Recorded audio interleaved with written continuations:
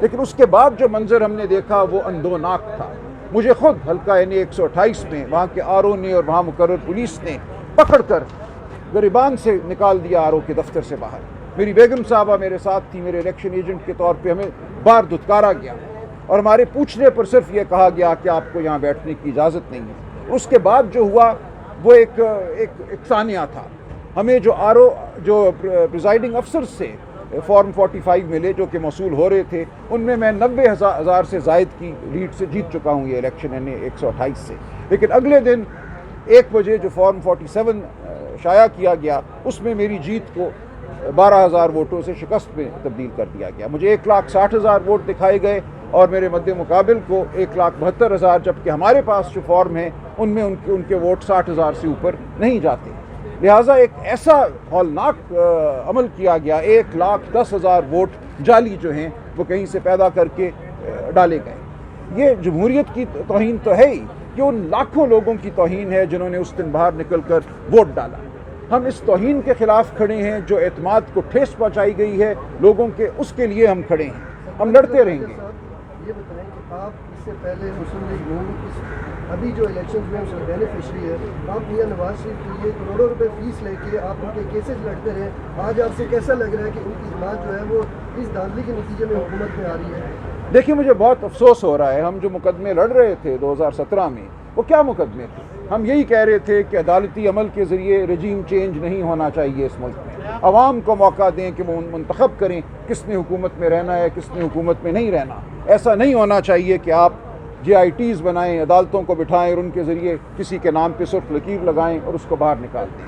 ہم اس اصول کے لیے تب بھی لڑ رہے تھے اور میں اس اصول کے لیے آج بھی لڑ رہا ہوں. یہ کام جمہور کے حوالے کریں, عوام کے حوالے کریں, انہیں ووٹ ڈالنے دیں, ان کے ووٹ کو واقعتاً عزت دیں. اور آج مجھے افسوس ہے کہ جو عوام کے ووٹ کی عزت کی بات کرتے تھے وہ آج اس بے توقیری اور بے عزتی کی بنیاد پر حکومت قائم کرنا چاہتے ہیں. اس کا مطلب آپ کی ججمنٹ ٹھیک نہیں تھی اس وقت؟ بالکل ٹھیک تھی. میری ججمنٹ کسی شخص کے حوالے سے نہ تب تھی نہ آج ہے.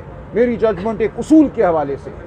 جو بھی اس اصول کے لیے کھڑا ہے میں اس کے ساتھ کھڑا تھا اور کھڑا رہوں گا. آپ کیا سمجھتے ہیں جو انتخابات میں دھاندلی ہوئی کس نے کروائی ہے؟ مجھے نہیں پتا. دیکھیں یہ بات تو شواہد سے کرنی چاہیے. مجھے اتنا پتا ہے کہ دھاندلی ہوئی ہے. مجھے یہ پتا ہے کہ دھاندلی کیسے ہوئی ہے, آر اوز نے اور پولیس افسران نے کیا رول ادا کیا ہے, وہ سب میرے سامنے ہے. آر او صاحبان اور پولیس افسران نے جو موجود تھے موقع پہ آر او کے دفتروں میں, انہوں نے لوگوں کو پکڑ کر امیدواروں کو باہر نکالا, دروازے بند کیے, مار پیٹ کی, اور اس کے بعد جو دستاویزات بنائیں جن کا اب ہم نے تقاضا کیا ہے کہ دکھائیں ہمیں کس بنیاد پہ یہ 1 لاکھ کی لیڈ جو ہے اس کو 12,000 کی شکست میں تبدیل کیا گیا. جس طرح سے آج ہم دیکھ رہے ہیں سب سے زیادہ تعداد جو ہے آزاد امیدواروں کی اور پی ٹی آئی کی ہے جو فارم 45 کے حوالے سے یہاں پر آ رہے ہیں, آپ کو پورا من احتجاج بھی کرنے نہیں دیا جا رہا, تو کوئی ایسا لایا عمل ہے کہ ساری لائر کمیونٹی جو ہے وہ اکٹھی ہوگی؟ دیکھیے لائر کمیونٹی شاید نہ اکٹھی ہو, اور یہ ضروری بھی نہیں ہے. میں سمجھتا ہوں عوام کو اکٹھا ہونا چاہیے. ہر شریف النفس شخص کو اس معاملے میں اکٹھا ہونا چاہیے. اس کا تعلق سیاست سے نہیں ہے, یہ سیاست سے بہت اوپر کی اصولی بات ہے. لائر ایک چھوٹا سا حصہ ہے معاشرے کا. معاشرے کا آپ سب حصہ ہیں. معاشرے کا حصہ عوام ہے. ہمیں بطور عوام, بطور پاکستانی احتجاج کرنا ہے کہ ایسا مت کرو. اس کا بینیفیشری کوئی بھی ہو, اس سے مضروب کوئی بھی ہو, ہمیں اس اصول کے لیے کھڑے ہونا ہے.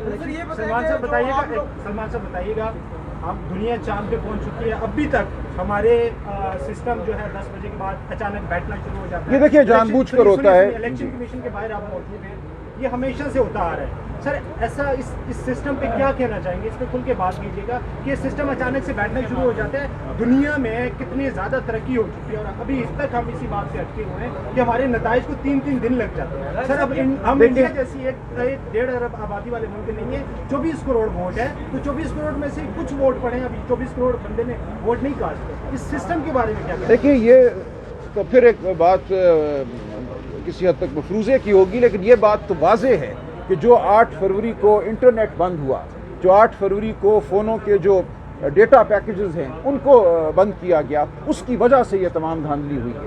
اگر اس دن انٹرنیٹ بند نہ ہوتا تو پریزائڈنگ افسران اپنے اپنے پولنگ اسٹیشن سے براہ راست الیکٹرانکلی فارم 45 جو ہیں وہ الیکشن کمیشن کی ڈیٹا بیس میں بھیجتے, اور یہ تمام جو جھگڑا اب ہمارے سامنے ہے یہ نہ ہوتا. اس جھگڑے کو پیدا کیا گیا انٹرنیٹ کو بند کر کے, اس دن فون سروسز کو بند کر کے. کردار کون تھے یہ جھگڑا پیدا کرنے والے؟ میں اعتماد ہے یا آپ کو ہائی کورٹ میں رزلٹ چیلنج کرنے چاہیے؟ دیکھیے ہم ہر جگہ استدعا کریں گے، ہر دروازہ کھٹکھٹائیں گے، اعتماد ہو یا نہ ہو، جو کوئی قانونی راستہ ہے اس کو ہم اپنائیں گے۔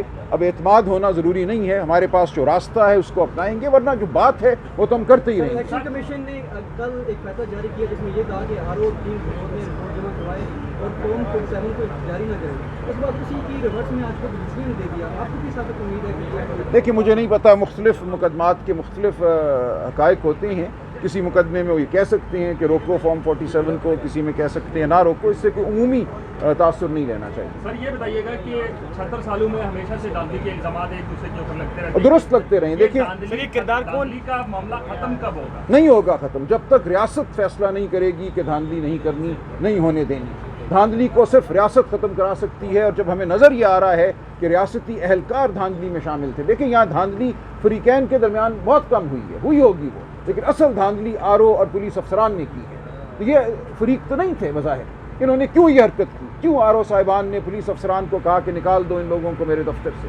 قانون کا تقاضا ہے کہ کنسالیڈیشن جو ہے وہ فریقین کینڈیڈیٹ کی موجودگی میں ہوگی۔ ہمیں نظر آنا چاہیے تھا کہ کون سا فارم 45 ایک پریزائڈنگ افسر لے کر آیا ہے، اس کے مطابق اندراج ہوا ہے یا نہیں ہوا۔ جب ہمیں کمروں سے نکال دیا گیا تو ہمیں کیا پتا کہ انہوں نے جو نمبر ڈالے ہیں وہ کہاں سے لے کر ڈالے ہیں۔ سلمان اکرم بلال صاحب اس وقت الیکشن کمیشن کے باہر موجود ہیں، اندر سے آ رہے ہیں، کیا کارروائی ہوئی آج اور آنے والے دنوں میں کتنے پر امید ہیں کہ جو نتائج ہیں وہ آپ کے حق میں آئیں گے، رزلٹ آپ کے حق میں آئے گا؟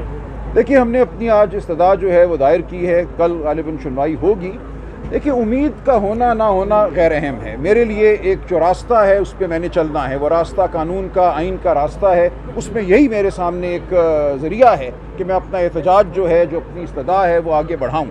اور جو ہوا ہے میری نظر میں وہ اتنی فاش دھاندلی ہے کہ کوئی بھی ادارہ، کوئی بھی جج، کوئی بھی الیکشن کمیشن اس کو جھٹلا نہیں سکے گا۔ سلمان اکرم راجہ صاحب، آپ دھاندلی کا تو ذکر کر رہے ہیں لیکن دھاندلی کے کرداروں کا ہی، ذمہ داران کا ذکر نہیں کر رہے۔ گارڈین نے ایک آرٹیکل لکھا، اس میں آپ کو کوٹ کیا، بعد میں آپ نے ٹویٹ کیا کہ مجھے مس کوٹ کیا گیا۔ بالکل، آپ کھل کر کیوں نہیں سامنے آ رہے ہیں؟ دیکھیں میرے سامنے دھاندلی کر رہے ہیں، انہیں کیوں نہیں نامینیٹ کر رہے؟ دیکھیں میں کیسے کہوں، میں نے کہہ دیا نا، آر او اور پولیس افسران نے کی ہے، ان کو کس نے کہا تھا میرے پاس اس کا کوئی ثبوت نہیں ہے۔ مجھے تو یہ نظر آیا کہ آر او صاحبان کے دفتر میں دھاندلی ہوئی، کرنے والے آر او صاحبان تھے اور ان کے معاون تھے پولیس افسران۔ یہ دو کردار تو بالکل سامنے ہیں اور میں کھل کر ان کا نام لیتا ہوں۔ میں اپنے حلقے کے حوالے سے کوئی تعامل نہیں سمجھتا، میں نے ٹویٹ میں نام بھی لیے ہیں، لیکن اس کے پیچھے کون ہے یہ مجھے نہیں معلوم۔ انہی آر اوز کو چیلنج کیا تھا عمیر نیازی نے لاہور ہائی کورٹ کے اندر، اور سپریم کورٹ نے انہی آر اوز کو بحال کیا تھا۔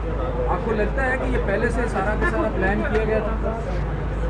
دیکھیں میں اب سپریم کورٹ کے حوالے سے نہیں کچھ کہہ سکتا، انہوں نے تو اس لیے بحال کیا تھا کہ اس وقت دیر بہت ہو گئی تھی۔ آر اوز کی تعیناتی کو بہت پہلے چیلنج ہونا چاہیے تھا اور غالباً کیا بھی گیا تھا، وہ پٹیشن لگی 2 ہفتے کے تعطل سے تھی۔ یہ بالکل آر اوز کا کردار جو ہے وہ میں سمجھتا ہوں انتہائی افسوسناک ہے، اور آر اوز کو ہم کہاں سے لائیں، آسمان سے لائیں مجھے نہیں پتا، لیکن آئندہ الیکشنوں میں سمجھتا ہوں ہمیں ضرور جوڈیشل افسران پہ کو فوقیت دینی چاہیے، انتظامی افسران پہ۔ سلمان اکرم راجہ صاحب یہ بتا دیجیے گا، سلمان اکرم راجہ صاحب آپ یہ بتا عمل آپ لوگوں کا کیا ہوگا؟ دیکھیں باقی لائے عمل تو پرامن سیاسی احتجاج ہی ہوگا، اس کے علاوہ کیا ہو سکتا ہے؟ اپوزیشن میں بیٹھیں گے پھر؟ دیکھیں اس میں کوئی مذائقہ نہیں ہے، جو بھی نمبر بنتے ہیں پارلیمنٹ میں اس کے مطابق ہمیں کام کرنا ہے، لیکن اصل بات اصول کی ہے، اصل بات حکومت سازی کی نہیں ہے۔ ایک لولی لنگڑی حکومت اگر کوئی آج بنا بھی لیتا ہے، ایک جھوٹ پر مبنی حکومت، تو وہ کیا کر لے گا اس ملک کے لیے یا اپنی سیاست کے لیے؟ سیاست وہی اب عوام نے بتا دیا کارگر ہوگی، کامیاب ہوگی، جو اصولوں پر مبنی ہے۔ ٹھیک ہے، بہت شکریہ۔ یہ سب سے قیمتی ہے۔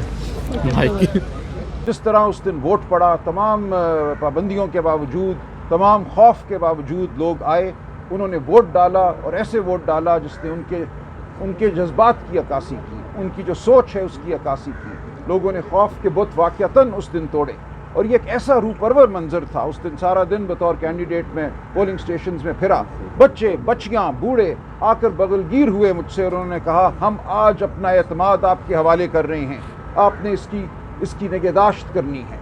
انکل، بیٹا، ہر قسم کے القابات سے نوازا گیا ہمیں، اور ہم بہت خوش تھے کہ پاکستانی قوم نے جمہوریت کے ساتھ، اس ریاست کے ساتھ اپنی وابستگی کا اظہار اس طریقے سے کیا ہے جو آئین اور قانون چاہتے ہیں۔ ایک بڑے خوشگوار ماحول میں آ کر لوگوں نے ووٹ ڈالے اور اپنی وابستگی کا اظہار کیا۔ لیکن یہ سب کچھ بدل گیا اس دن شام 10 بجے کے بعد. اس دن شام 10 بجے کسی نے یہ فیصلہ کیا کہ پاکستان کی جمہوریت پر حملہ کرنا ہے، مخصوص حلقوں میں جو نتائج ہیں ان کو تبدیل کرنا ہے. اب یہ فیصلہ کس کا تھا؟ یہ ان حلقوں میں فردن کسی نے یہ فیصلہ کیا، ان حلقوں میں جو لوگ تھے جو فیصلہ کرنے کی سخت رکھتے تھے، یا یہ فیصلہ کہیں اور ہوا؟ مجھے اس کا علم نہیں.